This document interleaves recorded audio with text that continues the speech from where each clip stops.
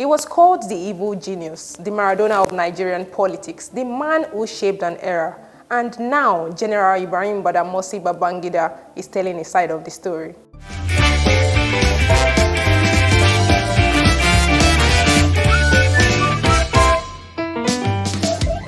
Has General Ibrahim Babangida finally answered some of the nation's toughest questions? Or is his book, A Journey in Service, another carefully crafted political play?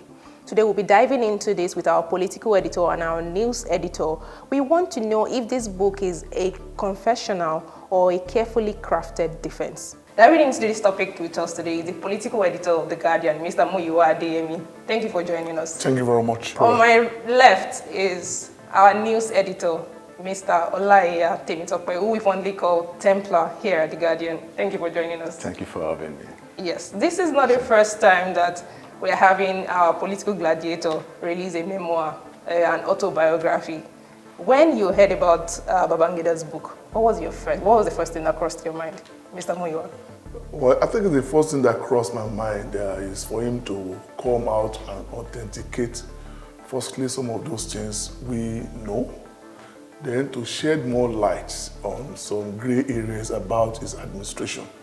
Because if he had the opportunity of living up to now, 32 years after, I think, that annulment, so it should be an opportunity for him, I think, to come and talk to people, what actually happened, what went wrong, and then maybe there's some information that we didn't know.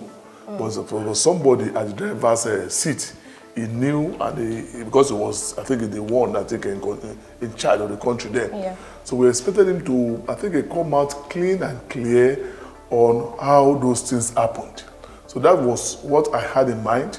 But unfortunately, I think he has not done justice to that. It's quite unfortunate. Because there are a lot of things, there are a lot of gray areas that people are still asking. No, it's such a book. If it's taking you almost 32 years to write a book, yeah, I think with facts and everything available to you. But we were expected you to tell Nigerians, not only to say they're taking responsibility for what we know, right? Yeah. But you will have come clean and clear to tell us, especially about June 12th, right? I think, why did you leave Abuja behind, yes, right? In the book, I think within page 20, talking about his government and June 12th, I think that's between pages 251 and 440. So you read, I think, all those, how he tried to chronicle, I think, the roles he played and he didn't play. But as many Nigerians have been talking about, there was a time he saw that, Abacha was not somebody can be trusted, right? But though he admitted that the guy saved his life, he admitted that the guy, I think, also risked his life, I think, for his coup of 1985 to survive, right? He admitted those things. Yes. Do you understand? But there was a time we was saying that even Abacha is somebody that we may not be able to trust because we may not know much about him. He said you were friendly, but at the same time, it's not somebody you can actually say this direction he is going. Yeah. So people were saying that you were leaving. Do you understand? And why did you leave him behind? One. Secondly, how will somebody, you were saying after June 12 or June 14, without your knowledge, without your permission, somebody called the electoral empire to say that you stop announcing. Do you understand? And without informing you. Yes, all that thoughts I would come back to that. And speaking of gray areas, I think you want generally, right? Yes, sir. I expected is a PR book. Ah. Yes. And tell me any individual that have come, do you understand, at least to blame himself.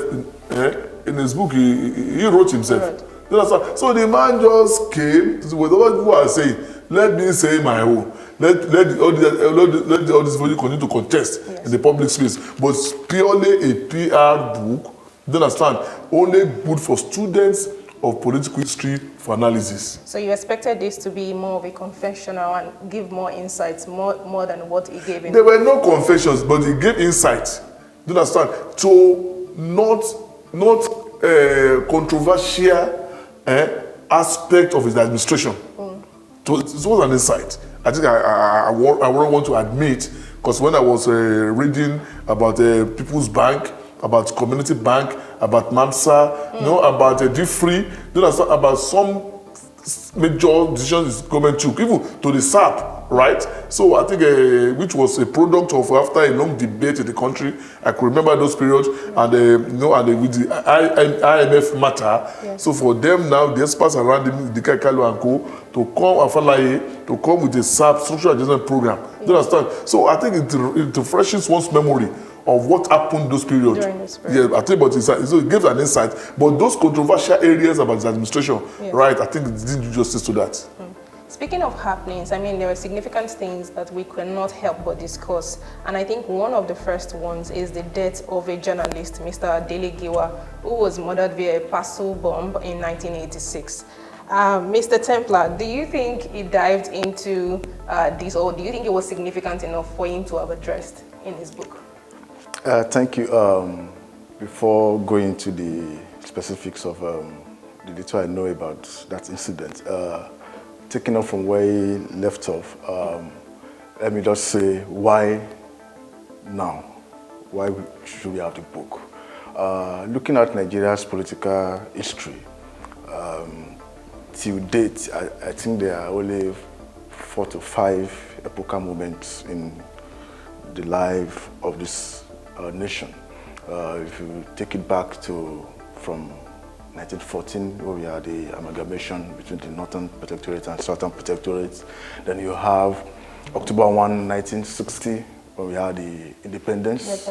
You know, the First Republic, the coup and all those were moments, but they were not actually epochal moments like when we have the June 12, 1993, and that was the turnaround, the rebirth from where the country began to search for the way forward out of the ashes of that crisis. And also, if you have the person who was at the forefront of that incident coming out 32 years after to say, this is my testimony. There is no good or bad story. It's a story. You only have 3 sides. The truth, you really have my side, your side, and the truth. Yes. You know, so it's a middle point between who is telling the story, yes, who witnessed the story, and what is the truth. And like the fable about the lion, that the story of the lion will never glorify the lion except if told. You know, the story of the lion is always told by the hunter. So it will always glorify the hunter, not the lion. So everybody has to speak its truth. And my only doubt or misgiving about the book and why now is the fact that, I am aware of the fact that there is no perfect story. It will glorify who is writing it. It will, like I said, the PR. It could also answer some searching questions. But the only thing I have about the why now is that there's a Yoruba saying that it's only someone who wants to hide the truth that will tell you that all my witnesses are dead. You know, so when you are bringing out such information, rolling out such information about something as important as that epochal moment of our nation's history. And many of those listed, many of those mentioned, many of those who were characters in that narrative are all dead. So it's like, whatever the Maradona says, yes, is either History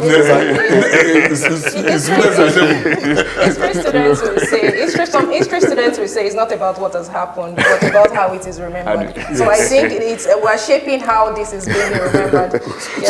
So now coming to the question about the Dele Giwa incident. As student of history and student of mass communication, that incident also, apart from the annulment of the election, was another significant moment of the nearly 12 years of his administration.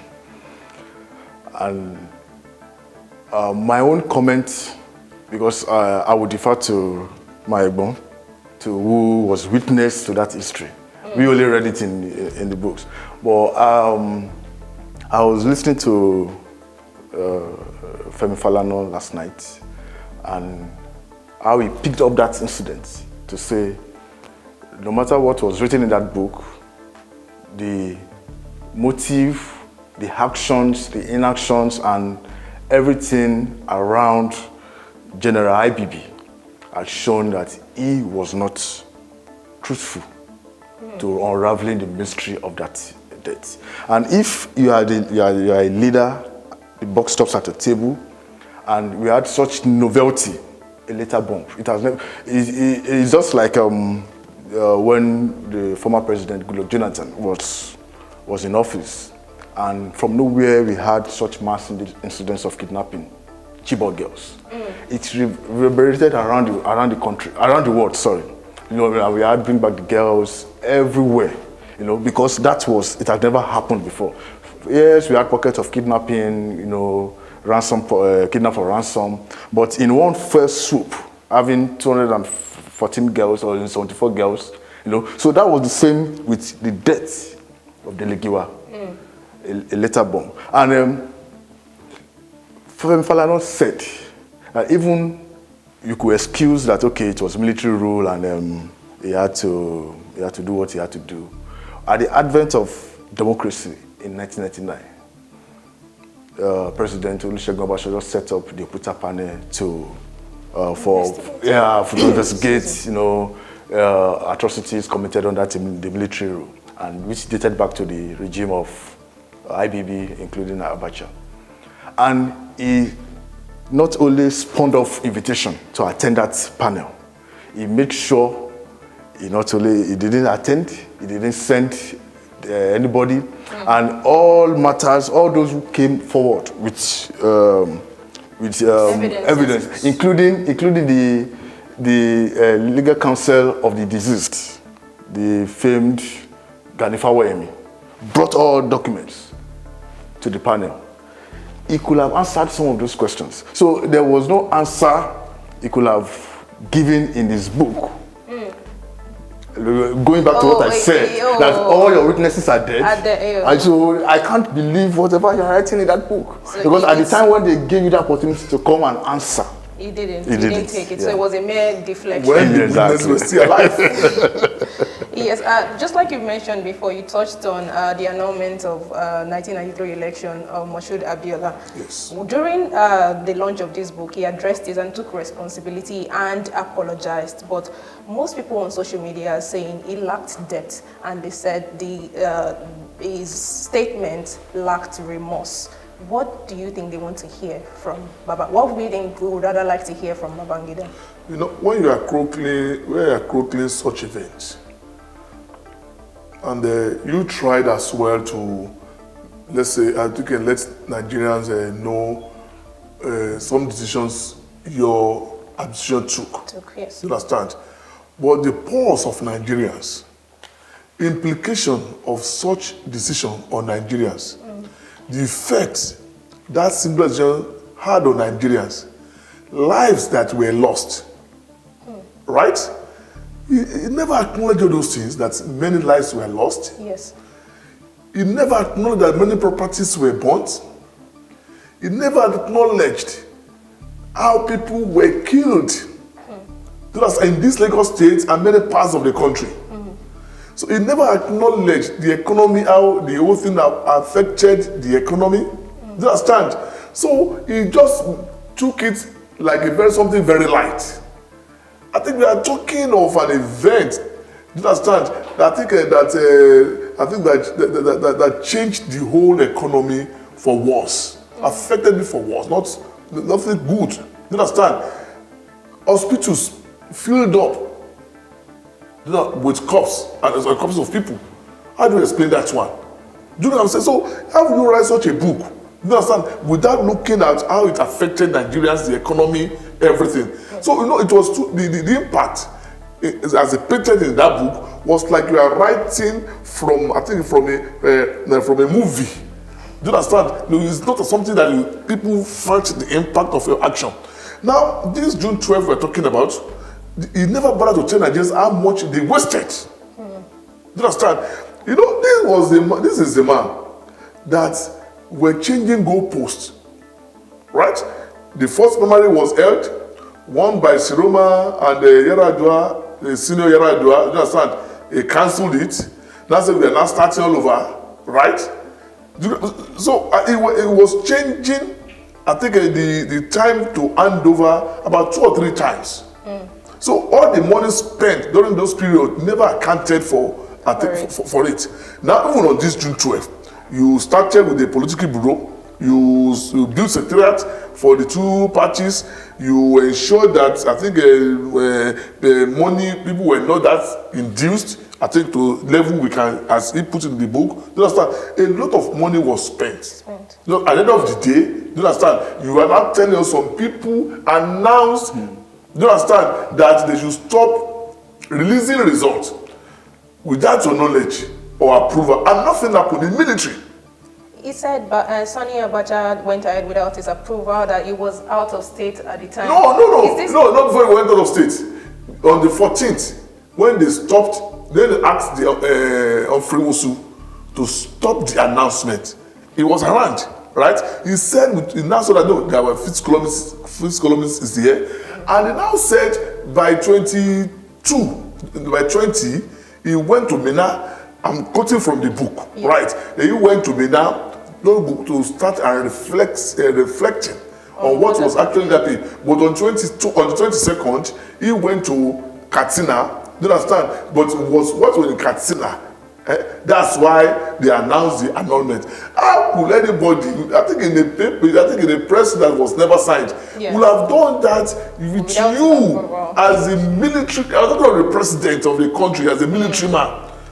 You know what? That's what I'm saying, that we never knew military to be such a disorganized organization that I think subordinates would take action, such an action, you understand, without reference or without permission, order from the above. You understand? He said in the book how some people had tried not for the election to hold, and how he told the electoral officer that he should go ahead with that election. So you were telling us this, all what you did.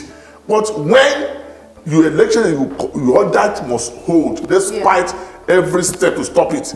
But now, in the book, he reminded us how the electoral body had a big board, you understand, in front of the office. So as the results were coming, they were displaying it. They've had about 14 states from 19, I think we were having that time. So with that one, the result of 14 states had been displayed. And somehow, by June 14, according to his book, somewhere, he had that they should stop announcing. And even did not fall. And the military man or one officer that gave such instruction was not executed immediately. According to military, was not jailed. So, and you allowed him to go. So until they begin their action, I think, you know what? But he refused to also let us know that he was calling, there were information that we have records, that he was calling Abacha Khalifa before he left office. Wow. Do you understand? So if we were calling Abacha Khalifa, do you understand? Why are you calling him Khalifa? You understand? But you know that he was the one that you said risked his life for you twice, right? Even especially in 85 to make sure the coup succeed. Now, so meaning that he helped you out to succeed. So you also have to hand over to, because it's whenever you are going, you have to hand over to me. Yes. But you didn't tell Nigerians the kind of bargain they had. Yes, and speaking of his understanding of the military role, I mean, we cannot deny that he fully understood, because he was in the center of military coups between 1966 to his takeover in 1985. Do you think he at any point regrets maybe how he handled things between these years? You know what? He was only saying, I take responsibility. Do you understand? And he was saying that there was a place I read. He said he was naive. Do you understand? You know, he was putting such errors as an honest mistake, maybe out of ignorance. But between the period he was involved in coup planning, right? I think whether he didn't regret those actions in the book because he thought it was a normal military sin, which was in vogue. You know what? All of us can begin to condemn such now because we now begin to experience democracy, right? I think for people that maybe had been in school, I think in 70s, do you understand? 60s, 70s until 80s. So it's a normal thing. So, do you understand? We just wake up one morning or midnight, we high, Once by 7 o'clock in the morning, once Radio Nigeria was the only radio station then, do you understand? So once we hear the national anthem, followed by military something, you know that it has happened again. Yes. So just hear maybe the Babangida or Abuja or Dongoyaro. So I was struck again. During 1966 to 1985 and everything that went down, is framing it as something needed for national stability at the time? No, you know what? Because they refused to hand over to the civilian. Yes. And that was the reason they removed Yakubu. Yakubu promised to hand over in 75. Do you understand? And everybody had ready for him to conduct an election. Simply because Yakubu, I think, changed his mind. Now painting the scenario as if the politicians have not learned any lesson or they were not ready. And which, of course, made Obafemi want to leave his cabinet, right? I think those are the things that made Babangida and Co to strike. Do you understand? To remove Yakubu simply because he wanted to become, I think, transmit himself to be a permanent head of state, just like Idi and Co. That was the reason. But he himself, if you see how he dribbled the country for 8 years, that's what they call him Maradona. When he first came, he didn't explain that again in the book. He said they were not going to spend more than 3 or 4 years. That was the impression he gave. But no, he blamed Obasanjo that he handed over hurriedly. That's why he could not get it right. The last time when Obasanjo left in 1979. No, that's why they had to come back again in 1983. Just period of 4.5 years, December. Do you understand? Yes, 4 years. That because he left hurriedly. So, but this time around, we're going to do about 5 years, and the man did 8 years. At the end of the day, even with the experiment, with so much money spent, do you understand? That everything went down the drain, and the country, I think, he left the country worse. I think no matter all the reforms, to me, I don't know what happened to him. I'm telling that is true because if you see when it started, if you see, I think on the flip side, I don't want to be so negative about him throughout, right? Somebody that came and they tried to assemble a lot of experts to look at the economy. This man came when Buhari was overthrown for him to come. And throughout the tenure of Buhari, Nigeria were keen up to buy milk, sugar, because there's nothing on ground. Economy was in a prostrate level when Babangida came. So he now tried to solve those problems. So that's why I said, well, fine, government cannot continue. At least to fix everything. So let's open the economy. That's why the idea of this SAP was coming. They now begin to allow, I think, more people to go into banking. You can say you're not starting your bank. They can have giving license to you to start their radio, television stations. Before it was only government.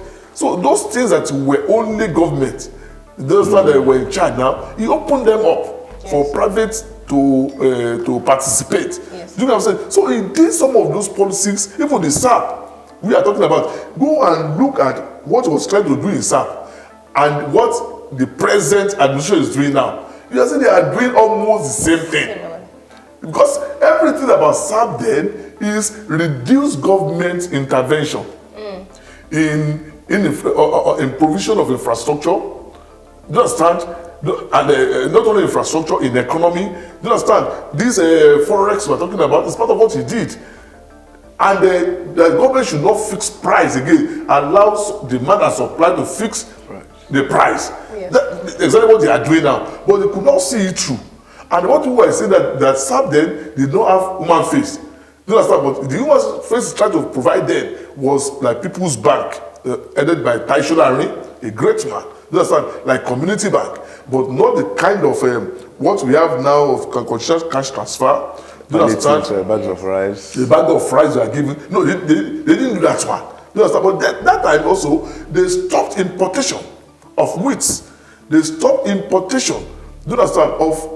They stopped government officials from using imported cars. So they were all consigned to pigeon, which he met. You understand? Even textiles, they stopped the importation of textile materials. That's where we have enough textile factories in the country. So before he came in, even if we were caught with dollars, we explained it. Where you get it.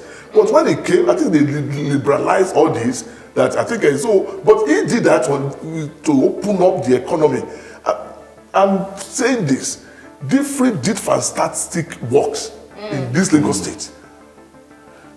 Mamsa tried their best. Rural for women, better life for rural women. That was the beginning of, let's say, official recognition of women's rights. No, we had some women like Relocation, Funlayo, and some people that fought for women, but when you see government now say, no, women must come up. Wow. You understand? That was the first time we had in Nigeria. So he had some beautiful things he did.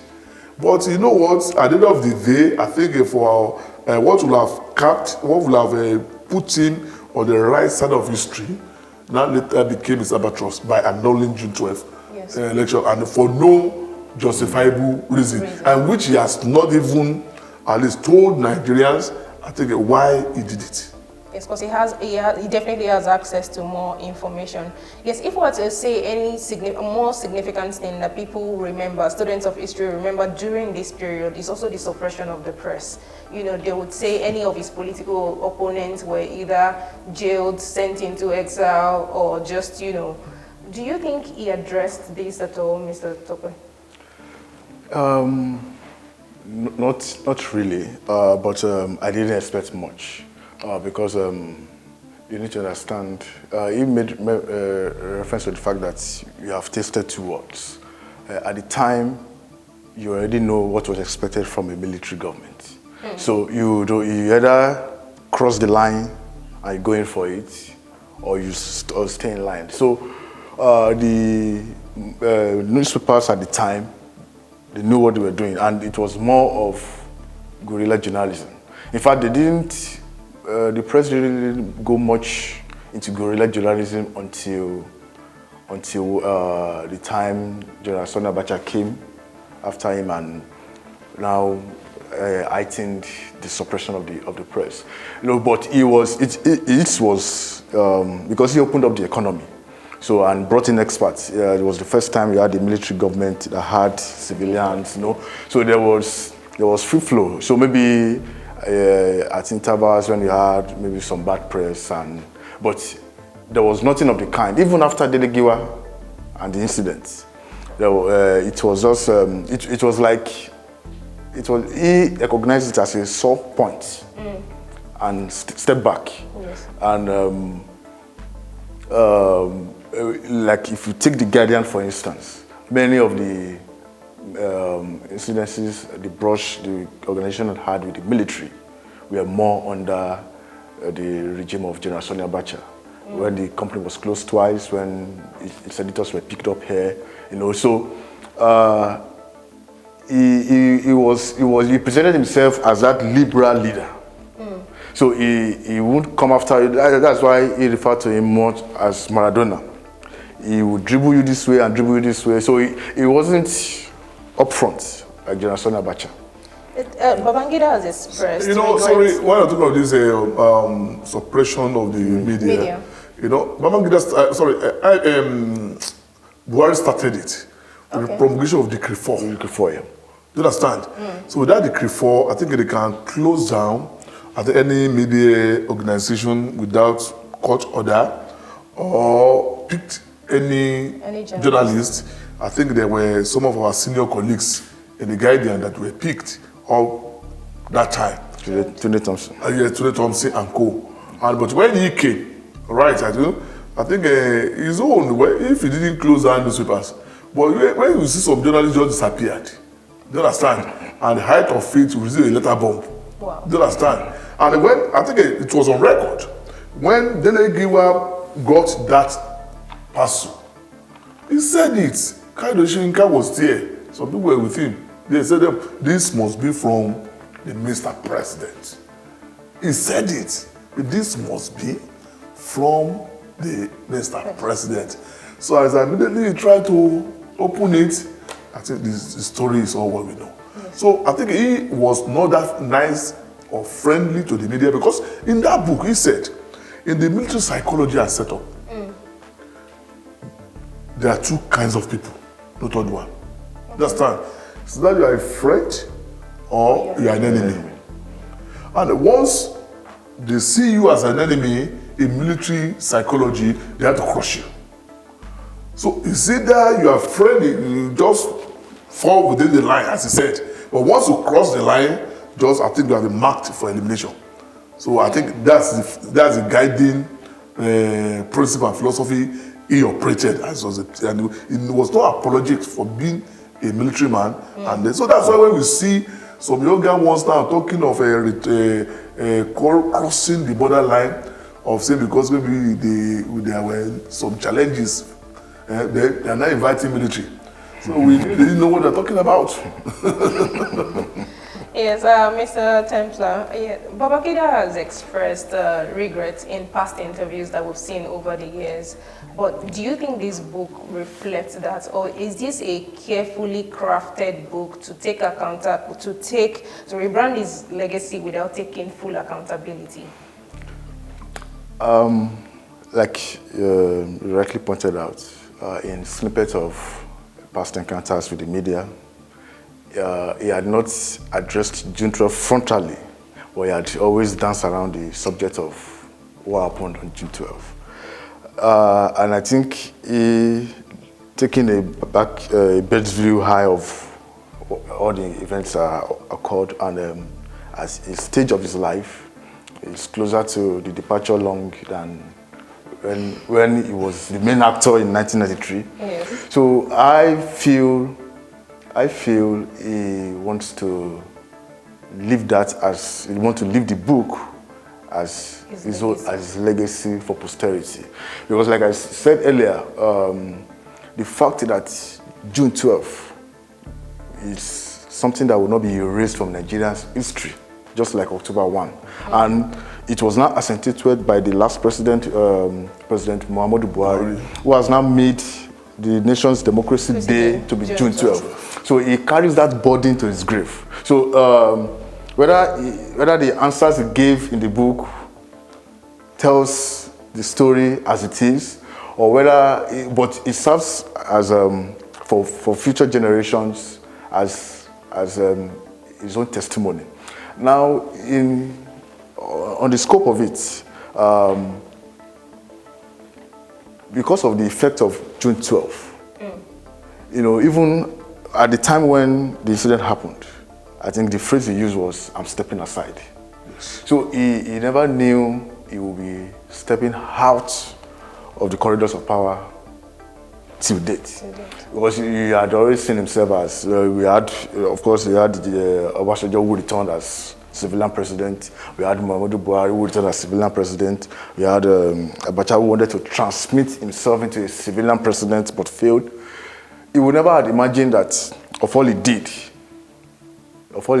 he would be so recluse to a state where he won't be able to come to the public forum. Yes. So that stigma of that annulment, no volumes of book can whitewash what was done. Yes. So he can write volume 2, write volume 3. He will go to his grave with that. Yeah, exactly.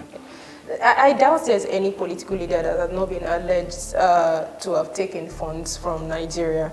But under Babangida's administration, Mr. Muyiwa, he allegedly lost billions of dollars, including the popular 12.4 billion oil windfall scandal. Do you think he spoke about this on his book, or does he deflect or deny? You know, I think he only explained the circumstances. Okay. You understand? In his usual manner. You understand? In the usual manner of attacking, saying that the money was not lost. You understand? And explain, I think even the process, even people can have access to money and what they are using the money for. Even the central bank never declared such money missing, but it was media. You understand? They was talking about that very transparent. But unfortunately, then, you don't have National Assembly then. There's no committee, even there's no institution of government. You understand? That can audit account of a military government. So that's one of those things people were saying, that you don't talk of military government, we are talking of real governance of human beings. Because there's no you can't query them, you can't ask questions. That why did you say do this? Why did you spend this money? Why did you give this contract out? You can ask questions. So because once you ask, I think in the military command structure or wherever, once the boss speaks now, once he speaks, I think all of us we must take, you know, when we're young, we say obey before complain. Complain. You have to obey first.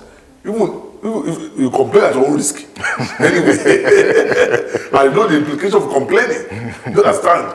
So I think nobody can ask him how, why. I remember that the National Assembly at that time were giving specific and limited areas of operation, culture, traditions. That was the Senate of the Third Republic. So when you see some Senate of the Third Republic now, yes, I think giving the impression that they were real senators, we laugh. Simply because these are, you can only talk of culture, tradition. You can't talk of governance. You understand? You can't talk of the nitty-gritty of what's going on in the country. But they were just there that displaying their agbada. And that was what they fight. Go and see. You understand? How it happened.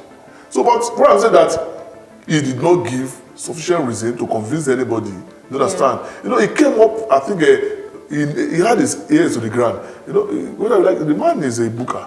He reads. Yes. Right? So he came out to say, well, these were allegations. You understand? And they provide those answers. Okay. But as he said, I think if we ask him to write a book about himself, will he indict himself? No. He will not indict himself. So he will only come, I think, to whitewash. I think those bad scenarios and incidents, I think that define his administration. And that's the essence of the book. Anyway. Wow. He spoke about a lot of things, including his wife and his loss of his wife. And the wife, I think the wife was a very good lady. May her soul rest in peace. I think because we never, I think it's the first time to be daring. Maybe she's from Delta State, right? Yes, from Delta State now, and maybe because of that psychology and that background. For a lady, always dressing very simple, you understand? Yes. Unlike those who sat before him. And for her to stock her neck, at least for women, you understand? There was a first better life for rural women. You understand? She was the first one rallying around women, encouraging them to speak up. Even before the Beijing conference that maybe made it international. You understand? So for her to be rallying around women, speaking to them, letting them to understand their powers. You understand? And what is good for their head. Something was telling them that the best you can have as a woman is 4 children. You understand? She was in that campaign. You understand? Even marrying to a northern man, where they don't want to hear about family planning, but so she was campaigning that the best for any woman is 4 children. Even for a man as well. Wow. She was campaigning it that as the best family, no matter for, Nigeria cannot make it enough. But the awareness, she made the awareness to the nooks and crannies. You constitution of the country that the best for a woman is to have 4 children, not more than 4 children. So I think when we heard about, and she ran away from controversy throughout her period. So when we heard about her death, sickness or before she died, I think it was a real loss for the country and for everybody. Yeah. So may her soul rest in peace. Yes. That's Maryan Babangida. Yes, she died 2011, I think. Yes. Babangida presents himself as a nationalist, a pragmatist, but yet his tenure was always allegedly fueled by personal motivation. In his book, do you think he separated some of his personal motivations from what was needed for national unity? If we have to go by what he actually wrote in the book, you have to give him the allowance that as the writer of the book, telling his own story, he will always glorify himself. But when we look at the antecedents and what's left behind, I would say to an extent he displayed that pan-Nigerianness. And it's just one. My brother will maybe elucidate on more. Just the movement of creating a new federal capital out of nothing, from moving the federal capital from Lagos to Abuja. After Okaku. Yes, because that's it. But you give it to him because no, they have been building federal capital before he came. Do you understand? General Murtala, yeah, they've started signed the promulgation. But yeah, they started building. But it's a different thing when you are building a federal secretariat and you are building a city. Yes, no. Let me put the record straight here. Abuja and Co. You understand that people that worked on this matter, there was a master plan. Yes. Yes.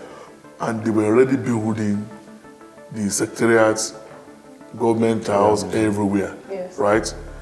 But when the way it was almost, the ones who got to him at the barracks here, yes, by the Gideon Okaku, you understand, where Ogboru and Co was allegedly involved. You understand? He saw the barracks not safe again because they almost got to where he was sleeping. So he saw it not. That's why he hurriedly completed some projects. You understand? Even without completing some, it's for his safety. you actually gave us a sorrow. You know what? You don't need people's consent. No, you may say because of fear of coup. Yes, but and I went to build a palace in the rock. And this became horribly at least put up the no. He completed some projects at least for him to leave. Because several years after he left, the federal secretariat is still in Lagos. I think almost all the government offices, I think, were still in Lagos. Yeah, but he didn't go when he thought he would go, but just for safety.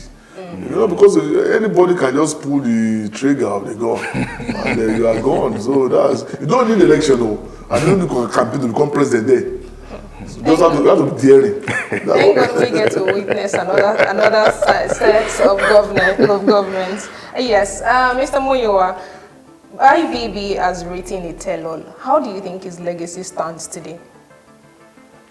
To be realistic with you, some people that benefited from IBB will continue to see him as a messiah that God sent to Nigeria to liberate Nigerians, not their family. Of course, their family and their interests. Oh, because I wanted to say messiahs are not referred to as evil geniuses. But it's a larger population that felt the brunt of his action and inactions, of his Maradonic nature. You understand?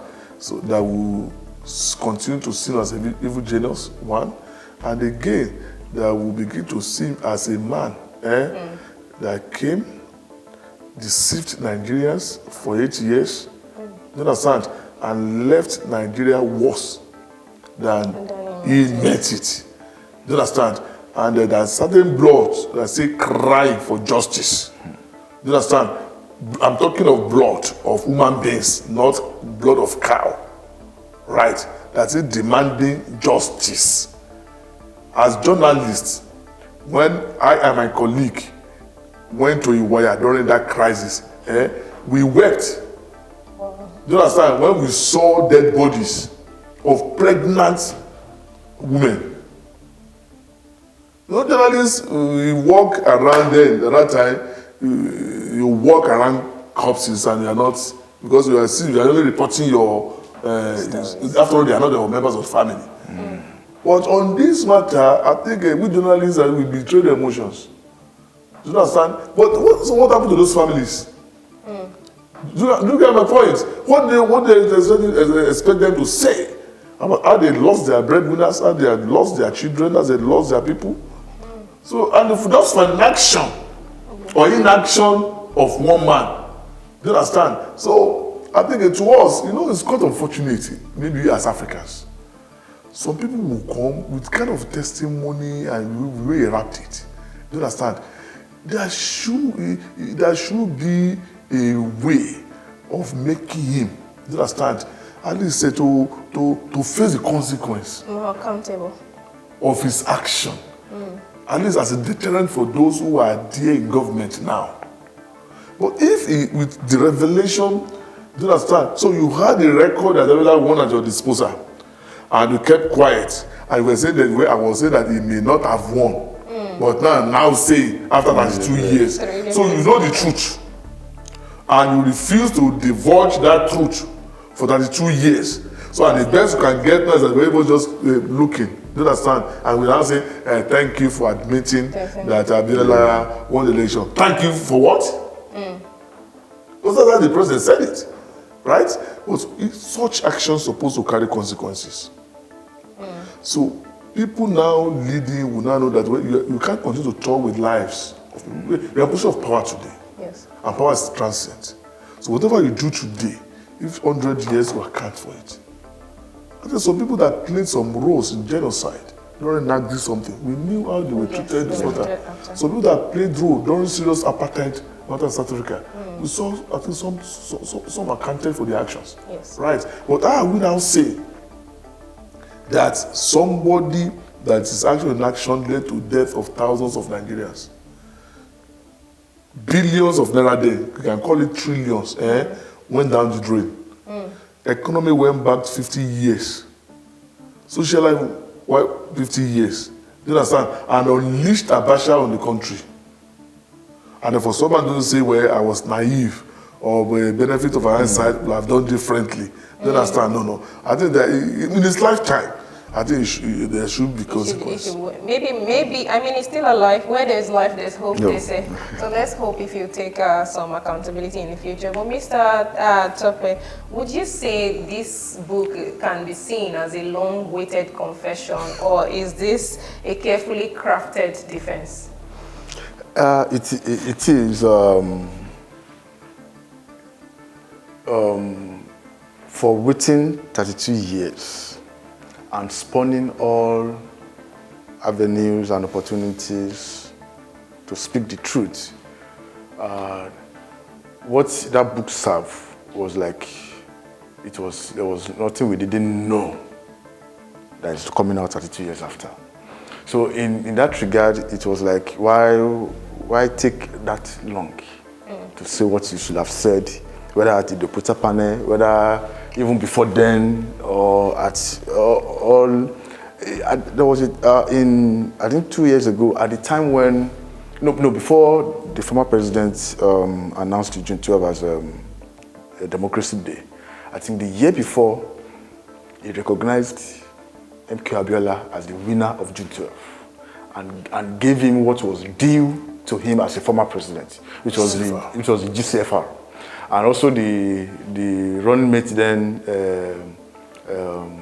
Kingibe, GCON, you know, the national honors and everything, and said all entitlement of a former president for life be given to the Abela family.